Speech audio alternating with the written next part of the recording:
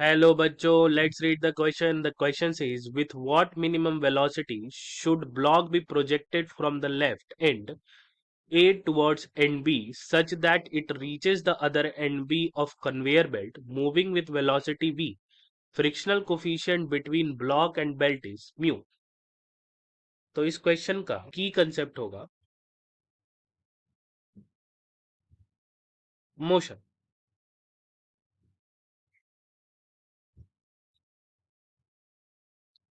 हम जैसे ही इस कन्वेयर बेल्ट पे इस मास या इस ब्लॉक को फेंकते हैं, फ्रिक्शन होने की वजह से पे फ्रिक्शनल फोर्स इसका मोशन को अपोज करने के लिए एक्ट करने लगता, और जिसके कारण ये ब्लॉक रिटार्ड होते हुए आगे बढ़ती. अगर मान लीजिए कि हम इस ए पॉइंट पे इसे वी नॉट की स्पीड पे फेंक रहे हैं और ये जस्ट यहां पहुंचा, यानी कि यहां पे इसकी फाइनल वेलोसिटी जो है वो 0 हो जाती है.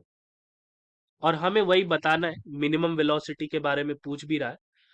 तो हम यहाँ पे अगर एक्सेलरेशन पता कर लें, या सही टर्म बोलिए रिटार्डेशन पता कर लें इस ब्लॉक का, तो हम इक्वेशन ऑफ मोशन यूज करके मिनिमम वेलोसिटी पता कर सकते हैं.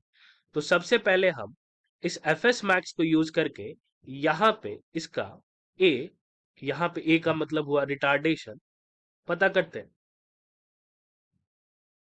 एफ एस मैक्स का फॉर्मूला होता है coefficient of friction multiplied by the normal reaction. और नॉर्मल रिएक्शन क्योंकि और कोई फोर्स एक्ट नहीं कर रहा है, वो mg के बराबर ही होगा. और क्योंकि फ्रिक्शनल फोर्स ही सोलली रिस्पॉन्सिबल है रिटार्डेशन कॉज करने के लिए, तो हम इसे इक्वेट कर देंगे ma से. तो हमें रिटार्डेशन का वैल्यू पता चला, वो हो गया म्यू जी के बराबर. अब हम इक्वेशन ऑफ मोशन को यूज करेंगे, जो है v square is equal to u square minus 2as in the case of retardation. Final velocity हमें 0 रखना है, इनिशियल वेलोसिटी हमें v नॉट रखना है.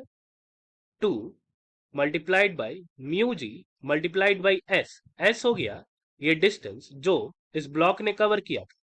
तो जब हम इसे सॉल्व करेंगे तो v नॉट का वैल्यू आएगा √2 म्यू जी एल. उस हिसाब से हमारा ऑप्शन नंबर बी सही आंसर होगा. Hope you understood it well and best of luck.